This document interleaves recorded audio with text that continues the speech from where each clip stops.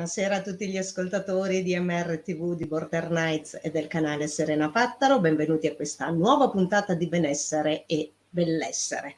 Do il benvenuto a Marco Ludovico. Ciao Marco. Ciao a tutti, ben ritrovati. Marco, e presentiamo la nostra ospite di oggi che ci parlerà di questo argomento particolarmente affascinante che ci accompagna ovviamente in ogni istante della nostra vita. E salutiamo quindi Samia dei Colori. Ciao Samia. Salve, buonasera. Benvenuta e grazie per aver accettato questo nostro invito, Samia, e grazie per essere qua. Allora, questo argomento che ti accompagna da tanto tempo, da quello che ho capito, ma che accompagna ovviamente anche ognuno di noi, perché ovviamente i colori sono un aspetto fondamentale della nostra vita, cioè il senso della vista, ma ovviamente non solo, ma rimaniamo sui sensi dell'informazione, è il senso tra l'altro più sviluppato in questo periodo storico e quindi insomma i colori ci affascinano ogni giorno. E secondo alcune filosofie, soprattutto orientali, si dice che appunto nella mitologia indiana l'uomo e la donna hanno origine dagli occhi della divinità, dove dall'occhio rosso nasce l'uomo, dall'occhio blu nasce la donna, e quindi vediamo come appunto i colori sono alla base di tutto questo. Samia, io innanzitutto ti chiedo ovviamente di raccontarci un po' di te, spiegarci un po' chi sei e perché ti ha affascinato così tanto questo argomento.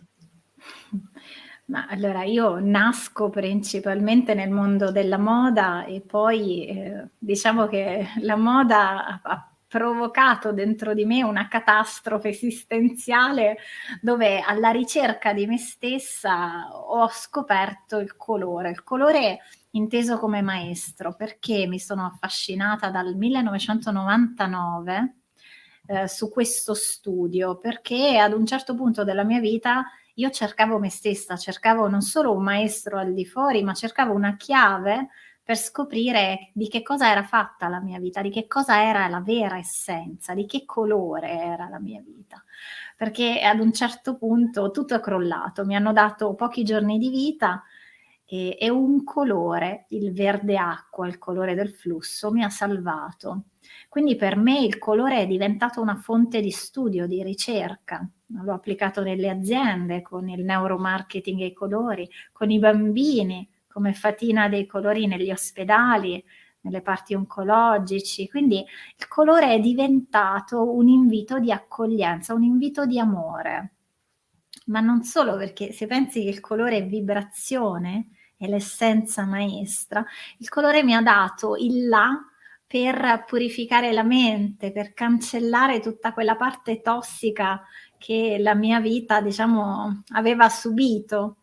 E quindi quando mi approccio un po' al colore, io la chiamo la via del colore, la via per la psicocromopsicologia, quindi che cos'è questo mondo che ruota intorno ai significati del colore, è la ricerca di un tassello cromatico. Tutti noi più o meno manchiamo in qualcosa o nei cicli della vita siamo alla ricerca di qualcosa.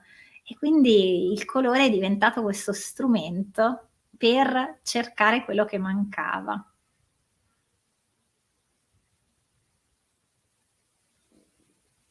Non ti sento. Aspetta. Microfono Serena. Sì. Avete ragione, come al solito, insomma, tolgo l'audio, poi mi dimentico di metterlo. Allora, intanto grazie per questa introduzione, per averci anche dato questo spunto di come ovviamente sei entrata in questo mondo. E allora, cosa sono i colori? È un po' come chiedere che cos'è l'anima. Diciamo che vi rispondo dal cuore, cioè come risponderebbe la mia bambina interiore. I colori sono diventati, nel momento in cui ero persa, quella parte parte, quell'essenza, quella libertà per poter scoprire come le diverse vibrazioni avevano un effetto reale sulla vita. Quindi un colore entra attraverso i nostri occhi o attraverso il nome stesso del colore, perché vedremo che ci sono tanti modi per leggere il colore, dalla semiotica, dalla nomenclatura, dal colore, quindi dalla parte artistica. E quindi dentro il colore c'è un po' tutto, c'è la vita. Principalmente è diventato un sentirsi colore e non effettivamente che cos'è il colore, perché si può parlare di colore, ma magari se io ti dico rosso, tu lo immagini in una sfumatura e magari un'altra persona in un'altra. Quindi è uno, nessuno e 100.000, magari, come diceva Pirandello, quindi nello stesso colore c'è tanto. Per me è diventato anima nel suo eterno flusso. Il colore è diventato come se stessi facendo una scissione tra l'ego, che rappresentava tutte le ferite, tutto quello che era questo mondo, e tra la parte fisica del colore, perché se tu indossi, come in questo momento sto facendo io, un celeste stellato, quindi con l'argento, questi colori hanno un'influenza, perché a livello proprio di cromobiologia, quindi la biologia cromatica, il colore entra nei nostri occhi e va a stimolare una precisa parte del cervello e attiva una serie di ormoni, di ferormoni, a seconda del colore. Quindi la ricerca è diventata, ok, se io ho degli obiettivi, come il colore mi può aiutare per raggiungerli? Oppure se ho una difficoltà, se sto affrontando un lutto importante, se sto affrontando qualcosa di potente nella mia vita, come il colore mi può aiutare? Perché per tanti che ho visto, da Kandinsky, guardavamo prima noi i libri di Goethe o di Portal, definire il colore non è possibile, perché considera che di ogni colore esistono almeno 1.000.000 di sfumature. E quindi sarebbe un po' come cercare di descrivere ad una persona che non l'ha mai visto un filo d'erba e anche dirgli che questo filo d'erba viene un po' perpetrato dal vento. E quindi è come se noi pian piano cominciamo a costituire l'identità del colore e quindi cerchiamo di scoprire man mano attraverso i vari argomenti che il colore tocca nella vita, quindi dalla fisica, dalla biologia, dall'alchimia, dalla cabala, ogni volta il colore assume una dimensione. Si narra, ecco, in uno degli studi che ho fatto qualche anno fa, che di mondi del colore ne esistono almeno 11 e che in ognuno di questi il livello con cui si può percepire il colore cambia. Poi vi faccio sorridere, io sono anche daltonica, quindi immaginati cosa vedo, cosa non vedo dei colori, è un po' uno scherzo del destino su alcune cose. Quindi diciamo la parte del colore a cui sono più legata è la cromopsicologia, perché è diventata un po' il contenitore, chiamiamolo così, la via per percepire questa parte di conoscenza legata ai significati del colore. Quindi è come se noi cercassimo di definire un contenitore di simbologia universale, dove per ogni colore, no, ieri avevo questa ragazza Rosa e mi chiedeva da dove deriva il suo nome e in ogni colore c'è una storia. Il colore rosa, ad esempio, visto che parliamo, no, del tuo colore, Serena, è il colore legato ad Afrodite, alla dea, che correndo verso il suo adone si punse perché camminò su una rosa bianca e una sua goccia di sangue scese sui petali della rosa e tinse per la prima volta di questo colore la rosa bianca e quindi nacque la leggenda del colore rosa. E in ogni colore c'è veramente una sorta di, io li chiamo accordi cromatici, cioè la metafora con cui l'universo può essere creato. Grazie, grazie Samia. Senti, solo così, a titolo informativo, anche insomma per creare un po' di curiosità nei nostri ascoltatori, quali sono stati i testi, insomma, o comunque gli autori a cui ti sei particolarmente ispirata? So che comunque il lavoro che hai fatto è immenso, però magari i principali a cui ti sei ispirata per arrivare a oggi a parlare con questa grandissima passione, con questo grandissimo entusiasmo di questo argomento. Ma diciamo che, vabbè, primo fra tutti è stato Kandinsky, dove proprio lui diceva che il colore è uno degli strumenti che può toccare direttamente l'anima. Poi sono passata a Goethe, a Lüscher, ho avuto la fortuna moltissimi anni fa, ero molto giovane, di conoscerlo di persona in Germania, quindi io mi sono ritrovata senza volerlo già ad essere istruita dai più grandi maestri, ma poi se entriamo un po' dei nostri tempi, ho avuto la fortuna proprio di studiare con Gorochtov, con Lieberman, con Thelma in Australia, cioè nel gruppo del colore universale. Io faccio parte del Color Light World Project, che è un progetto mondiale che raggruppa 56 paesi che studiano il colore. Io sono l'unica italiana in questo gruppo. A livelli proprio di approfondimenti sono a contatto con i principali, diciamo, personaggi che hanno un'influenza ancora tutt'oggi e che studiano il colore oggi.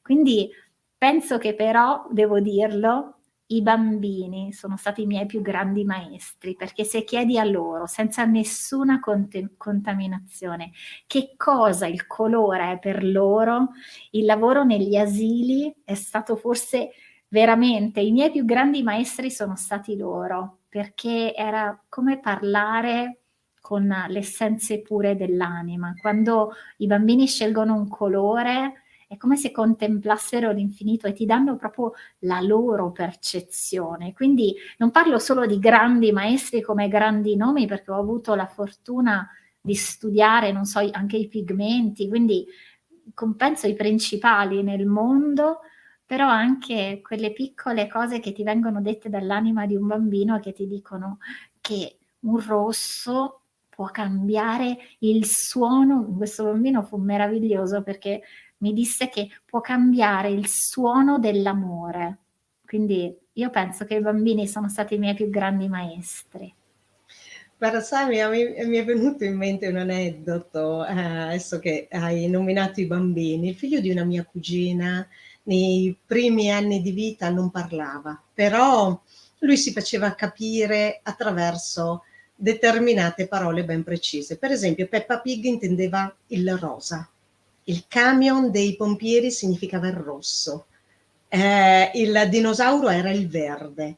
Cioè lui associava appunto questi aspetti ed era molto interessante perché il suo collegamento era proprio riferito al colore. E tu immagina che ci sono nel mondo, anche nelle diverse lingue, quindi non solo nell'italiano, oltre 2 milioni di detti che hanno come riferimento il colore, quindi non solo quelle che tu stai facendo, no, associazioni cromatiche tra simbolo e colore, ma poi effettivamente nel mondo esistono, ecco, siamo al verde, abbiamo il conto in rosso, abbiamo una giornata nera, e a seconda della nazione, perché ovviamente ci sono detti e colori diversi, cambiano anche i significati. Quindi è stato bellissimo fare questo viaggio nella semiotica dei vari colori ed entrare proprio nei diversi mondi delle lingue. Infatti ricordo anche per esempio che lessi in un sito che si occupava ovviamente anche di questa tematica, per esempio gli eschimesi hanno 7 parole per definire il colore bianco ed è interessante perché il loro mondo in realtà è rappresentato da questo colore. Per noi il bianco è bianco. Per loro invece hanno queste 7 sfumature di base che rappresenta appunto il loro mondo ed è io lo E trovo entusiasmante. la stessa cosa accade in tutte le popolazioni più sciamaniche, quindi i 7 colori, i 7 bianco delle tribù Navajo in America o gli Inipi, perché soprattutto nel bianco, quindi se torniamo ancora indietro, esiste la somma di tutti i colori e a seconda della percentuale diciamo, dei colori, il bianco può tendere più al verde, più al giallo, più al grigio e ogni volta tende ad un bianco diverso. E poi il bianco nella parte induista è, diciamo, la parte maschile per eccellenza. E quindi entriamo in un mondo dove il bianco e il nero nella nostra, diciamo, parte più occidentale non sono colori, sono non colori. E in queste essenze esistono le due chiavi della vita, nel bianco e nel nero. Allora, innanzitutto se lo chiedete ad una persona e vi chiedete proprio, ma se dovessi associare il bianco e il nero alla mamma o al papà, quindi al maschile o al femminile, quale associeresti? Noi facciamo giochi continuamente, il colore diviene un modo per riscoprire il bambino interiore. Quindi lo chiedo a voi, a cosa associate il bianco e il nero, al di là di cosa effettivamente magari conoscete? È una domanda che ci stai facendo, Samia. Ma allora, io in realtà il primo aspetto che mi viene da pensare è appunto il bianco al papà e il nero alla mamma. Questo è quello che mi viene da associare così a primo acchito, insomma, ecco. Ed è, diciamo, la parte molto storica. Ci sono però anche tante persone che hanno un'inversione in atto. E la cosa bella è che, allora, quello che hai detto tu nella parte induista è corretta. Quindi la mamma è nero, ma se voi chiedete ad un bambino bianco e nero, raramente è la mamma che è nera. Perché? Perché l'anima non associa un colore così scuro, associato spesso magari ad altre parti come il lutto, come tanto che c'è dietro a questo colore e a questa parte, ma diviene un modo per scoprire quali sono le parti di noi che non vogliamo associare direttamente. Dovete sapere che dietro questi due colori esiste un mondo, è il centro dell'archeometro, visto che prima mi chiedevi dei libri, quindi nella ruota della vita nel centro c'è il bianco e il nero, dove il nero è associato alle relazioni, è associato al metterci in contatto con il mondo, e il bianco invece al denaro e al lavoro. Quindi chiunque scelga uno dei due colori, anche a caso inizialmente, può cominciare a capire quali di questi due argomenti deve cominciare a lavorare subito nella propria vita. Perché vedete, proprio si vede il centro, il bianco e il nero, la ruota, i raggi cosmici, la ruota karmica. Se non si parte da questo centro non si può arrivare ai colori. Questo è un po' il nostro viaggio. Samia, mi viene da collegare, però dimmi tu se è ovviamente un'associazione magari corretta. I cocktail party, per esempio, che riguardano le relazioni, in realtà le persone sono quasi sempre vestite di nero. Può esserci un'associazione? Sì, è una parte inconscia, cioè viene spiegato nella cromopsicologia a livello inconscio, cioè se ad una persona che tu magari non conosci e non conosce assolutamente i significati del colore, questo è uno studio che è stato fatto in America, nell'Università del Minnesota, dove oltre 13.000 persone sono state scansionate e non conoscevano nulla del mondo simbolico dei colori, ma nell'inconscio collettivo queste informazioni ci sono.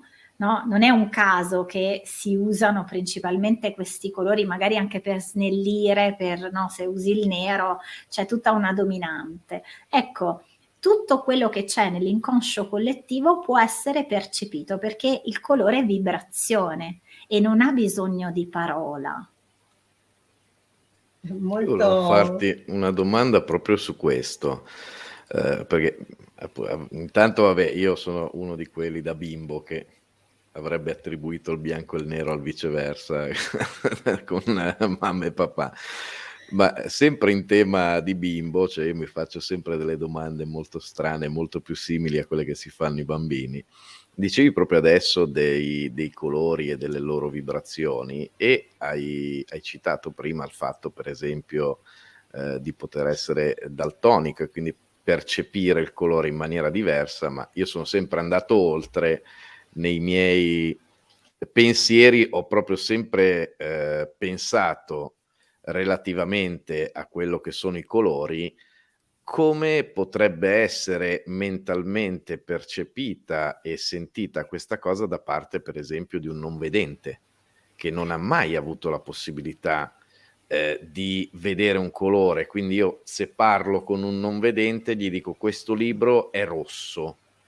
E ho sempre cercato di pensare, di immaginare nella testa che cosa potesse far scattare questa cosa, non avendo mai avuto la possibilità di vedere a cosa effettivamente visivamente corrispondesse il rosso. Quindi da questo punto di vista la domanda che mi poneva era proprio questa, cioè avendo già i colori di per sé, delle frequenze, delle vibrazioni intrinseche, quindi che sono già loro, da parte invece di una persona che appunto dovesse percepirli diversamente, come nel daltonismo, o che non avesse mai avuto proprio neanche la possibilità di avere un raffronto. Il colore è qualcosa che di per sé, in quanto essenza, se è rosso, a prescindere da come lo percepisco io, e quindi anche se lo vedo di un altro colore o anche se non posso vederlo, o in base a quello che io percepisco, quel colore cambia. No, dobbiamo fare proprio 2 distinzioni. Tu parli di visione del colore, che è una, diciamo, una proprietà psicofisica insita nel soggetto. Però devo spiegare 2 cose. Il 99% dei colori noi non lo vediamo, ma agisce su di noi. Cioè il colore diventa vibrazione, e questi sono proprio gli studi fatti con il Dipartimento di Biologia di un'università, di una grande università italiana, dove abbiamo preso un gruppo di non vedenti, 1500, e abbiamo messo loro dei drappi colorati davanti e loro riuscivano a percepire le differenze. Quindi tutto ciò che è il 99% del colore, cioè che non vediamo ma agisce su di noi, quindi dai raggi gamma anche fino ai raggi X, alle onde lunghe, sono anche queste parti. Cioè, per assurdo, quando parliamo di visione del colore, una balena nei fondali percepisce il colore come lunghezza d'onda, perché è questo il colore. Se noi prendiamo proprio la base della teoria dell'incontro tra fisica effettivamente e biologia, la visione del colore non è semplicemente io vedo, non so, che questo bicchiere è rosso, ma cosa accade nel momento in cui io guardo il colore, e se non lo vedo, avendo gli altri sensi comunque super sviluppati, come il mio corpo percepisce questa differenza?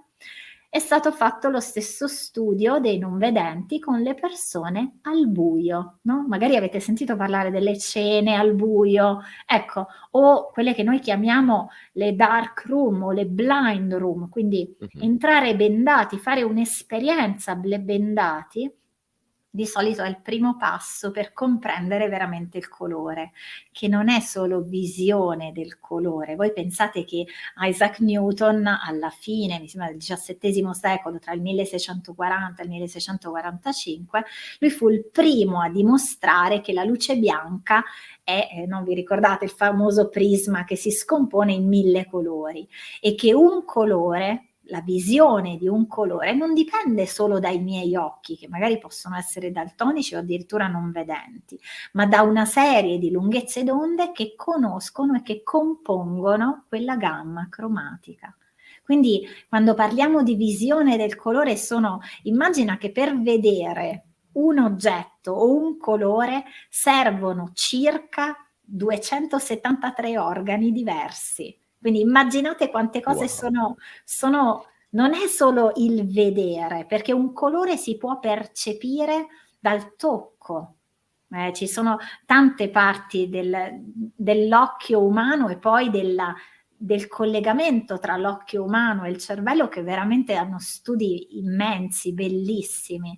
Immagina anche che ci sono poi persone più sensibili, dove se con lo stesso drappo di colore io lo metto davanti a voi o lo metto davanti ad un'altra persona più sensibile, la curva di assorbimento di quel colore magari è diversa, e quindi anche se, diciamo, a livello psicofisico è uguale, puoi percepirlo più chiaro o più scuro. È incredibile questa parte di percezione del colore. Fantastico. Esatto.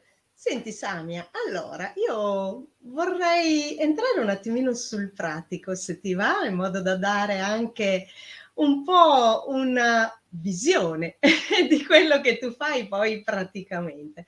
Allora, stamattina io ho scelto, ovviamente a caso, diciamo a caso, anche se sappiamo che il caso non esiste, la camicia rosa.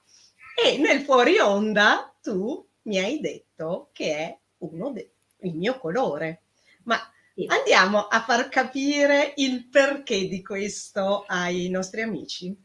Sì, diciamo che principalmente quello che ho fatto con te è stato iniziare a fare una profilatura colorimetrica. Allora, devi sapere che tante persone mi chiedono: "Ma come si sceglie un colore?" Perché questa è poi l'essenza. Non possiamo parlare di colore se non parliamo effettivamente della scelta del colore. Quando scegliamo un colore, se lo dobbiamo fare consapevolmente, c'è il metodo che state vedendo in sovraimpressione.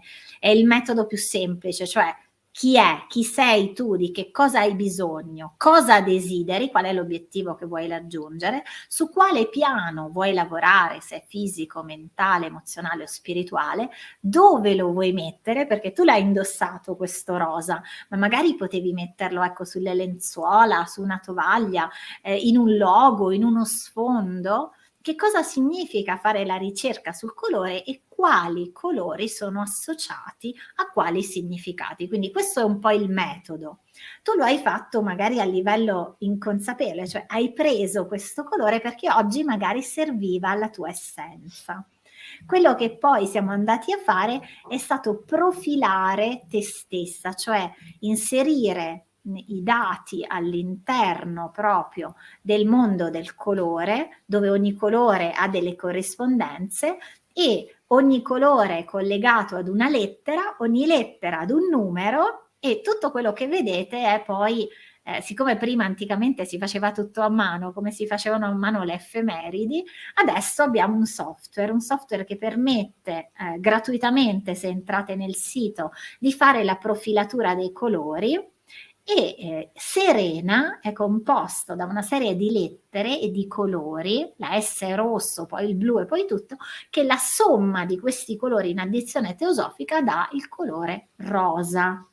Quindi se oggi tu non lo avessi fatto così, tra virgolette, con l'essenza, ma volevi fare un lavoro su di te, sulla tua identità, il colore rosa ti sarebbe servito per entrare dentro Serena. Quindi questo è un esempio pratico.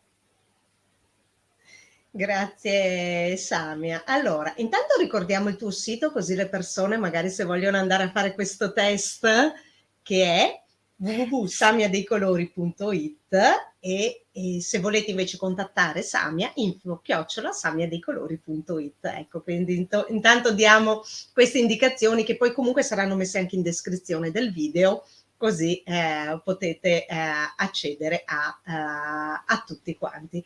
Però tu poi mi hai detto anche che io ho un altro colore. Sì, allora noi abbiamo un colore del nome, un colore in realtà ne abbiamo tanti di colori, non uno solo, non solo due. Il tuo nome Serena è rosa, il tuo cognome è rosso. Lo sto mettendo Marco se vuoi il software così lo facciamo vedere nella scheda Chrome e in questa parte noi possiamo proprio andare a scoprire quanti colori in realtà tu hai, vedi il colore del nome, il rosa, il colore del cognome, la somma di nome e cognome viene chiamato colore onomantico, i transiti, cioè su quali colori dovrò lavorare, qual è il tuo iter color evolutivo, quali sono i colori principali con cui hai a che fare, quali sono i colori delle vite precedenti, qual è la tua griglia del destino, quindi in che anno stai vivendo e quindi come hai deciso di colorare la tua vita, con quali sfide, con quali necessità, e poi il software consegna anche una parte di enneagramma, di feng shui, di diciamo parti ancora più tecniche nella parte professionale, perché come vedi ti dà proprio dei colori specifici per migliorare alcuni argomenti. Quindi se tu vuoi lavorare su te stessa, sul tuo corpo fisico, come potete vedere nella prima casa c'è il rosa. nella 12ª c'è il salmone, nell'11ª e nella 10ª il blu. Quindi a seconda, se magari vuoi lavorare sulla tua carriera, sulla tua ambizione, sulla tua posizione sociale, potresti in questo caso utilizzare il tuo blu, perché poi ogni persona ha una profilatura diversa e quindi deve scoprire dove sono i propri colori. Grazie Samia. Tu anche sempre nel fuori onda mi dicevi che quest'anno è un anno un po' particolare e che è, diciamo così, basato sul colore rosso, se ho capito bene. Il tuo, perché se Il mio, guardiamo invece certo. il 2022 invece è un anno indaco, è un anno 6 indaco. Quindi nel tuo caso tu affronterai, hai deciso, tra virgolette, di colorare la tua vita con il rosso. Che cosa significa questo? Noi abbiamo un ciclo, quindi l'ambiente, l'energia del colore che hai scelto per, chiamiamolo, arredare questo periodo della tua vita. Quali sono invece le sfide con il rosso che stai andando a manifestare e soprattutto quali sono le parti che devi integrare dentro di te. Il rosso è il colore di Marte, del dio della guerra, di questa parte che inizia nuove cose, che deve fare e spingere, è il fuoco sacro della dea, è l'antica Vestale che ti dice: Serena, che vogliamo fare? Vogliamo iniziare qualcosa in questo senso oppure no? E quindi è una parte strategica, il rosso è strategia pura.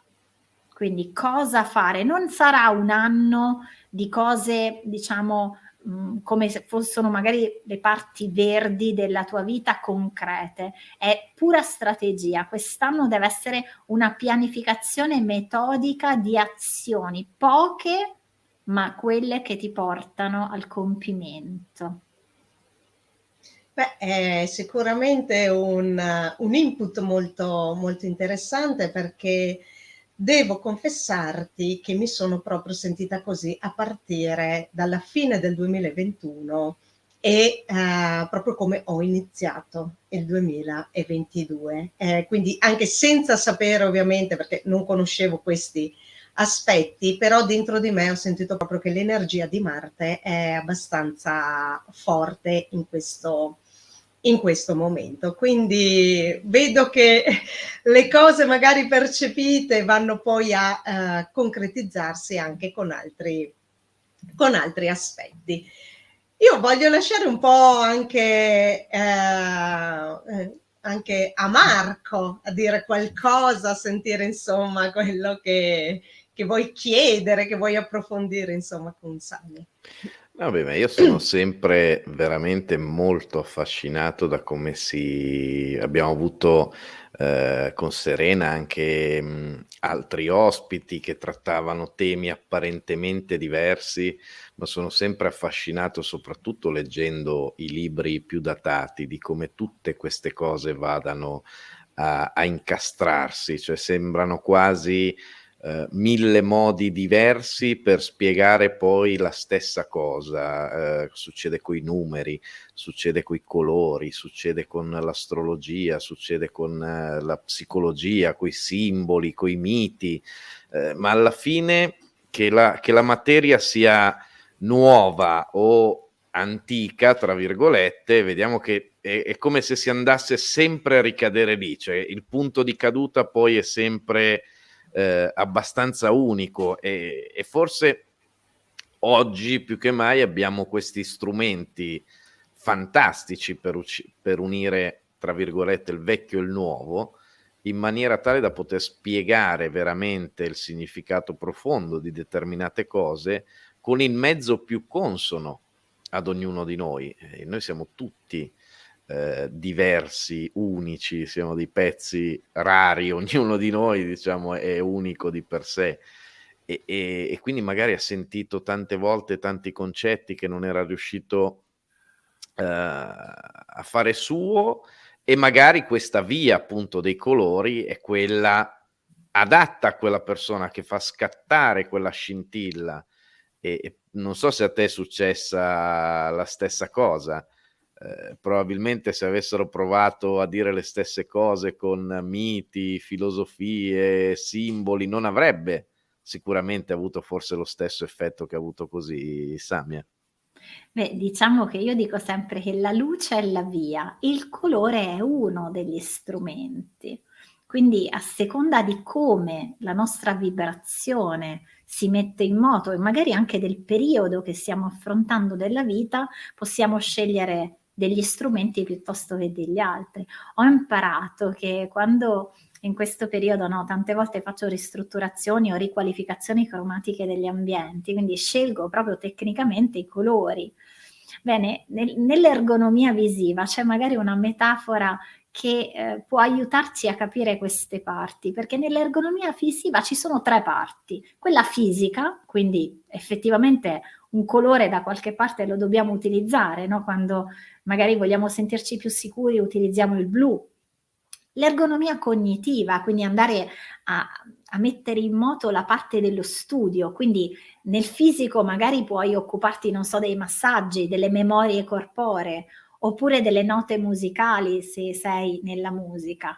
Nel colore sono queste vibrazioni, ma poi le altre sono le stesse in ogni settore, perché senza lo studio, senza la parte cognitiva che poi unisce il significato effettivamente al simbolo o al colore, questi strumenti non hanno di che vivere.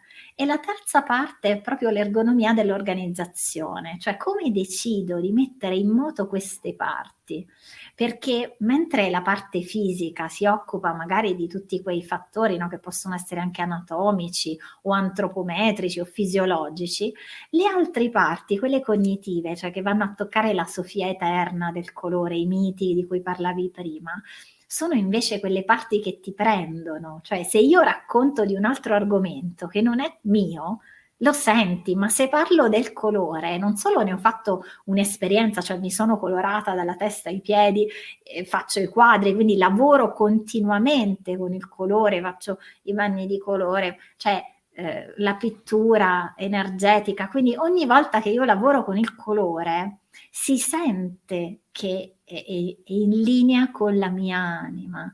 Se magari usiamo altri strumenti, magari non lo sono in quel momento. Quindi queste 3 parti, cioè trovare il proprio strumento, andare nella parte percettiva di studio e poi capire come portarle al mondo, sono le 3 parti che secondo me racchiudono il progetto divino che ognuno di noi di cui deve colorare la sua vita.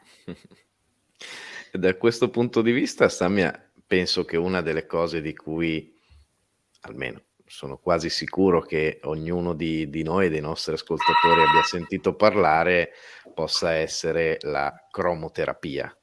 Penso Sì. che nell'ambito della cura e dei colori, penso che sia una delle cose più Più famose semplice. e più sentite, quantomeno anche solo per sentito dire, poi magari la si ignora. E proprio appunto a proposito dell'ignorare, volevo sapere se ci potevi dare, grazie alla tua esperienza, una definizione corretta e una visione corretta di questo tema, perché sai che poi dietro le parole ci si mette tutto e il nulla, quindi quando parliamo di cromoterapia parliamo di... Allora anche questo, come quando mi avete chiesto del colore. Okay, sì, terapia del colore, se parliamo di questo, cioè di una branca della medicina alternativa che studia il colore e gli effetti che il colore ha sull'organismo. Ma in realtà non è solo questo, non è solo magari una luce che va a colpire o colora una stanza, perché non è solo questo la cromoterapia. Se tu pensi a quello che abbiamo detto fino adesso, cioè del ruolo che il colore svolge proprio nella percezione e quindi nella sfera psicoemotiva, quando abbiamo delle sensazioni cromatiche, molte persone, veramente io ho avuto l'occasione di lavorare con tantissime persone che lavorano con la sinestesia, cioè loro vedono note musicali a colori e vivono in un mondo che è completamente diverso dal nostro. Quindi io posso dirti come magari ognuno di noi in maniera semplice può utilizzare il colore, ma gli effetti psicologici di un rosso, anche se sono stati fatti milioni di studi in questo tempo, e soprattutto negli ultimi 200 anni, non sono gli stessi da persona a persona. Quindi sottoporre una persona ad una luce rossa, allora nel 90% dei casi c'è un aumento del battito cardiaco, un'accelerazione di queste vibrazioni e soprattutto una sorta di ansia che si scatena.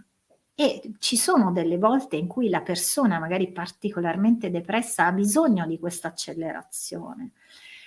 Per quanto riguarda la vera cromoterapia, intesa proprio come arte terapeutica del colore, invece non è solo con le luci, perché anche semplicemente ecco, dipingere una tela con questo colore può aiutare la persona a lavorare con il colore, perché immaginate che il colore è una caratteristica intrinseca nella materia, è ovviamente legata alla presenza di luce, perché senza luce non vediamo niente, e quando la luce illumina con un determinato colore, con una sfumatura, dentro il nostro corpo arrivano tutte queste informazioni.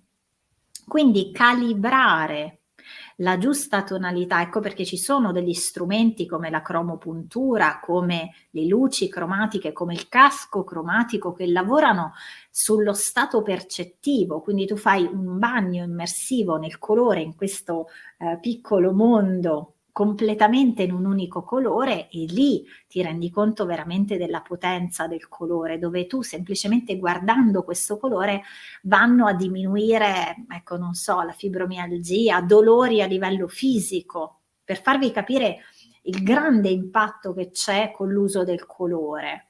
Ovviamente, diciamoci la verità, lo stesso effetto si può avere se mettiamo magari degli impacchi o altri strumenti, quindi quando parliamo, secondo me, di cromoterapia dovremmo un po' ampliare il campo, non solo alla luce cromatica, perché ovviamente ogni colore va poi a, tra virgolette,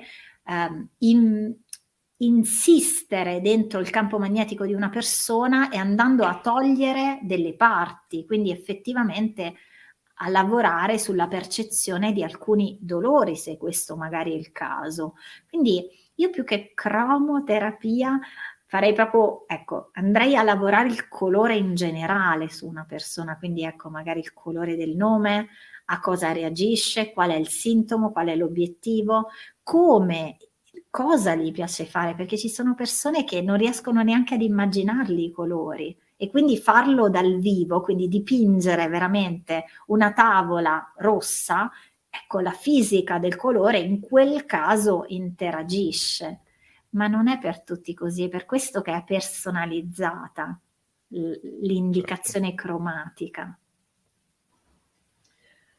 Savi, a me ha anche insomma, particolarmente colpito, vabbè, insomma, sappiamo che comunque tutto poi converge, però questo collegamento che non è, cioè quando noi parliamo principalmente appunto di cromoterapia o di colore, di solito noi vediamo le persone che si focalizzano sul colore e basta. Tu invece prima anche hai fatto vedere anche da questo software che c'è un collegamento praticamente con tutto, con l'astrologia, con la numerologia, con l'enneagramma, con l'oroscopo cinese, insomma, legato al discorso del Feng Shui. E questo è molto, secondo me, interessante perché ovviamente va a integrare anche tutta un'altra serie di informazioni. Come avviene questo connubio quindi su questo aspetto? Poi anche simbolicamente, ho visto che utilizzi ovviamente il discorso cabalistico, quindi l'alfabeto ebraico, insomma, è molto affascinante la cosa. Beh, diciamo che principalmente da quando un po' si è introdotto nel mondo lo studio della fisica quantistica e quindi dell'entanglement in particolare, il colore essendo vibrazioni è stato un po' studiato proprio da Galileo, da Newton, cioè sono proprio i pilastri della fisica dell'Ottocento, dicevano che c'è sia una parte meccanica sia una parte più matematica. Da lì poi sono stati trovati tanti strumenti come l'archeometro che mettono il colore in comunicazione con i pianeti, con le note musicali, con gli antichi alfabeti. Io ho immaginato l'essere umano a livello olistico, cioè si parla tanto di olismo, però in realtà quando prendi la persona a 360 gradi, quindi non è solo scienza, non è solo neurobiologia, bisogna proprio andare a capire come il colore può essere veramente uno strumento utile nelle cose quotidiane, quindi una meditazione cromatica, un entrare a percepire il colore e a capire effettivamente su di me ha un effetto, ma su di te? Quindi non è detto che due persone che stanno vivendo la stessa esperienza, proprio perché magari hanno uno storico, hanno delle associazioni cromatiche. Ti faccio l'esempio più semplice: magari entrambe hanno bisogno del rosso, perché hanno bisogno di forza, hanno bisogno di riaccendere il fuoco, hanno bisogno di Marte, eccetera. Ma poi una delle due scopriamo che qualche tempo fa ha avuto un incidente, quindi ha visto anche del sangue. In quella parte diventa disfunzionale l'utilizzo del rosso, perché è legato ad una memoria cromatica che la riporterebbe a rivivere un trauma e non a migliorare la sua vita effettivamente. Quindi è un'analisi cromatologica. La cromatologia pura è invece la scienza che studia l'effetto dei colori sulla nostra esistenza, e quindi a livello di proprio di cromatologia noi dobbiamo entrare a capire quali sono le informazioni di cui la persona ha bisogno. Per questo ti parlavo, no, delle varie differenze, no? Se la cromoterapia indaga proprio, diciamo, la dinamica per stabilire l'equilibrio tra la mente e il corpo, le cromodinamiche invece, cioè e tutti gli studi successivi, le azioni terapeutiche che il colore può dare, vanno vissute sui vari piani. Una persona che magari crede molto nella parte dei chakra può aver bisogno di andare a lavorare su uno di questi colori relativi ai chakra, ma magari una persona che invece riesce a meditare, quindi attraverso il principio meditativo, a vedere, a entrare magari in una stanza cromatica, già entrare in quel colore va a muovere queste informazioni. Ci sono altre persone che invece hanno un grande rapporto con il cibo e quindi si inserisce una dieta cromatica, quindi mangiare solo verde o solo giallo a seconda dei colori. Poi c'è il lavoro artistico, no? Gli artiterapeuti lavorano su questo, sulla base artistica. Oppure il colore in casa. Noi abbiamo visto che soprattutto durante il lockdown, per non far separare le coppie che magari volevano continuare la loro relazione, bastava cambiare alcuni colori in casa. Quindi ci sono tanti modi in cui il colore può essere assorbito dal corpo, dalla mente e dall'anima, non solo attraverso delle luci, non solo attraverso il disegno. Dobbiamo solo imparare a scoprire che anche quando indossiamo un colore, magari non ti sarà capitato che indossi un colore e stai meglio. Ecco, diciamo che le basi sono queste. Immagina che gli 11 mondi del colore, che poi pian piano vi sto un po' raccontando, possano essere utili, no, per alzare o abbassare la pressione sanguigna, per aumentare la produzione anche dei globuli bianchi, per migliorare il sistema immunitario. Abbiamo fatto tanta terapia in questo periodo e anche il nostro sistema immunitario è influenzato dai colori. Quindi bisogna solo capire qual è la risonanza più grande che abbiamo e andare a lavorare su quella. Tu prima parlavi anche, quando hai fatto vedere il software, parlavi anche del colore delle vite precedenti. E anche Sì. questo è un altro argomento particolarmente interessante. Quindi il colore, la domanda è, il colore della vita precedente, che può essere scontata, ma comunque è, in realtà io credo che non lo sia mai, serve per riuscire a risolvere, per esempio, dei blocchi che siano psicomotivi, che siano fisici in questa vita? Servono per conoscere i tuoi talenti? Servono per realizzare ciò che in questo momento magari non sai di dover realizzare? Insomma, sono domande, io credo anche lecite. Tu cosa, per quale motivo, insomma, è importante conoscere il colore delle vite precedenti? Allora, ogni parte del software ha delle caratteristiche. Per vedere i talenti bisogna andare nel nome, per andare a vedere magari invece il rapporto con il denaro nei colori del cognome. Le vite precedenti invece sono, diciamo, strutturate in modo che la croce del destino, quindi questi 4 colori che compongono effettivamente la croce del destino, vediamo se riesco a farvele vedere una magari, eccola qui, questa dovrebbe essere proprio la tua, Serena, sì. Allora, in questa parte possiamo vedere i 4 colori che compongono la croce del destino. In questo caso tu hai un blu, quindi vieni da una vita precedente blu, sei venuta a sperimentare un'altra vita blu, stai andando nella direzione del giallo e come lo farai attraverso l'indaco. Quindi i colori delle vite precedenti, un po' per spiegare bene che cos'è questo argomento, vanno a toccare gli argomenti principali, la lezione, i correttivi che noi siamo venuti a scoprire in questa vita. E come correttivo si intende che cosa è stato già sperimentato, che cosa dobbiamo acquisire, perché se tu facessi proprio un salto nella vita precedente ricollegandola, potresti effettivamente già avere, e magari è già accaduto, no? Visto tutto quello che state divulgando e i progetti che state facendo, attingere a tutto quello che avevi già imparato, portarlo in questa vita e vivere una vita completamente diversa. Quindi non parliamo solo di epoche storiche, che ovviamente sono collegate ai colori, quindi tu hai sicuramente 2 vite collegate alla parte nobiliare e sicuramente periodo magari del Re Sole, quindi con questo giallo.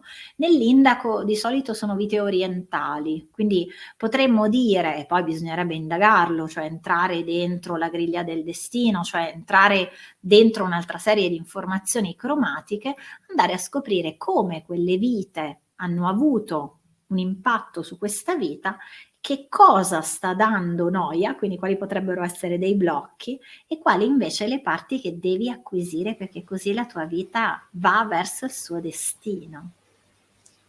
Grazie anche per questa spiegazione. Poi un'altra cosa, tu hai detto che appunto la parte relativa, diciamo, alla ricchezza, alla situazione economica, se ho ben capito, è collegata al cognome, che questo è particolarmente affascinante perché appunto è ciò che noi, il cognome, diciamo, rappresenta un po' rappresenta la nostra discendenza, quindi quei codici che ci vengono trasmessi anche tramite il DNA. Ti combacia questo aspetto? Noi abbiamo 3 parti sempre, quindi facciamo un po' di basi della via del colore. Abbiamo 3 parti, una parte genealogica, quindi no, il tuo cognome, la discendenza da mamma e papà ed è tutti i nonni, ed è tutti gli antenati. Una parte invece che di solito arriva dalle stelle per molti di noi, oppure una parte terrena, quindi diciamo i 3 filamenti che compongono idealmente il DNA hanno delle parti che possono essere diverse, no? Si parla tanto di anima, però poi alla fine è questo, no? Sono questi 3 filamenti che messi insieme danno il talento unico dell'essere umano. Quindi il primo talento è proprio la discendenza, il secondo talento è le stelle o la parte terrena o la parte atlantidea, dipende dalla discendenza, da dove arriviamo. E poi c'è invece la parte dell'individuo, cioè che ha deciso di venire a compiere questa esperienza, una parte più profonda che non tutti hanno, ma che è quella un po' delle persone che poi si mettono alla ricerca. E questa parte viene chiamata proprio quella di riflesso dell'identità, oppure nell'applicazione, no, della psicologia dei colori, è l'andare a trovare l'essenza di cui siamo composti, quel colore che ci manca, di cui parlavamo all'inizio. Quindi queste sono le 3 parti che si devono unire. Che cosa accade? Di solito che le persone non si conoscono o almeno conoscono solo alcune parti. No, non a caso si dice che noi dobbiamo entrare nel colore più difficile per noi, perché il colore da cui scappiamo è quello di cui abbiamo maggiormente bisogno. Quindi diamo anche queste 2 basi, una parte proprio di teoria della via del colore e l'altra quella che dice: ma adesso Serena che tu hai scoperto che magari la tua parte economica può essere legata al tuo rosso, no? come entro in quel colore, come entro nel rosso, come entro nel colore del cognome, come vado a sciogliere quei blocchi, ce lo dicono solitamente tutte le parti di cui effettivamente la persona è composta, perché nel tuo cognome ci sono una serie di dati importanti, come nel cognome di ognuno di noi. Quindi nel tuo cognome c'è un viola, c'è un rosso, ci sono 2 arancio, c'è ancora un rosso, un oro e un indaco. Questi sono, diciamo, la componente del tuo cognome a livello cromatico. Quindi in ognuno di questi segmenti bisogna scoprire quali sono i tuoi blocchi. Quindi ora ho fatto un esempio pratico, quindi ogni persona dovrebbe prendere il suo cognome, andare a vedere di quali colori è composto e cominciare pian piano a scomporli. Quindi ognuno di questi, la P del tuo cognome è legata al viola, la A è legata al rosso, quindi ognuno di questi andare a vedere a cosa è collegato, quali sono i blocchi che ci sono dietro. Grazie Samia. Allora, ci stiamo avviando verso la conclusione, anche se io starei qua ore a parlare di queste cose. Allora, vorrei chiedere innanzitutto a Marco se magari può far passare l'immagine dei libri che ha scritto Samia, così insomma le persone possono anche comprendere insomma come approfondire tutti questi argomenti che abbiamo oggi accennato, ma insomma io ritengo particolarmente affascinanti. Quindi intanto grazie e ovviamente Marco, qualcosa a te in conclusione di questo argomento. Per me vale lo stesso, nel senso che sono sempre, anche per me, temi sul quale passerei giornate, mesi, anni a parlare, a discutere, anche perché sono un curioso di natura, quindi a ogni risposta mi vengono almeno altre 3 domande e quindi sfrutto questa occasione per esprimere solo l'augurio che ci venga a trovare nuovamente in maniera da continuare questo viaggio, che è un bel viaggio. Allora, anch'io mi alleo a questo augurio. Allora, Samia, qualcosa che vuoi dire in conclusione invece ai nostri amici che ci stanno ascoltando? Ma il colore, forse la parte ebraica, non abbiamo parlato di Tsava o Tseba o Seba, come si può dire in tutte le parti della parte ebraica. Le 3 lettere che compongono in ebraico la parola colore, che sono la Tzade, la Bet e la In, si leggono dal rosso, poi la Bet è verde, la In è blu. È proprio un po' il messaggio che il colore ha dato alla mia vita, cioè che se vogliamo, quando siamo a un bivio, la Tzade, questo rosso è proprio un bivio, lo vedete che biforca, dobbiamo scegliere se rimanere superficiali oppure entrare dentro di noi, dentro la Bet, dentro questo verde del cuore e scoprire il nostro segreto. Questa è stata la prima, diciamo, parola che ho canalizzato in ebraico e non conoscevo allora l'ebraico, ed è un po' il messaggio che il colore vuole portare nelle vite delle persone. Quindi colorate la vostra vita e cercate proprio il significato che il colore porta nella vostra vita, ma soprattutto dentro ognuno di noi. Grazie Samia, ovviamente per tutto quello che ci hai detto oggi, per tutti questi spunti di riflessione e di approfondimento che ci hai dato, molto, molto affascinanti e interessanti.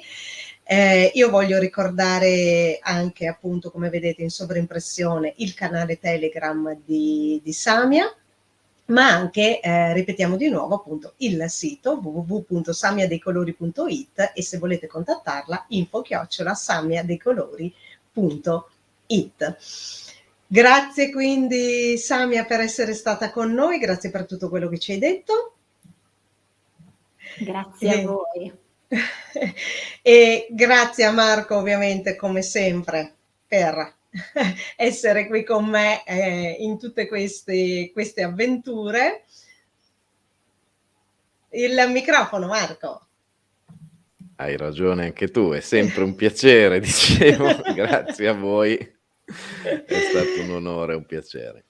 E E allora, grazie Sammy. noi ci vediamo per la prossima puntata di Benessere e Bellessere, sempre il lunedì alle ore 21 sui 3 canali MRTV Italia, Serena Pattaro e Border Nights. Grazie a tutti voi che ci avete ascoltato e che ci ascolterete. E Marco, allora, sigla.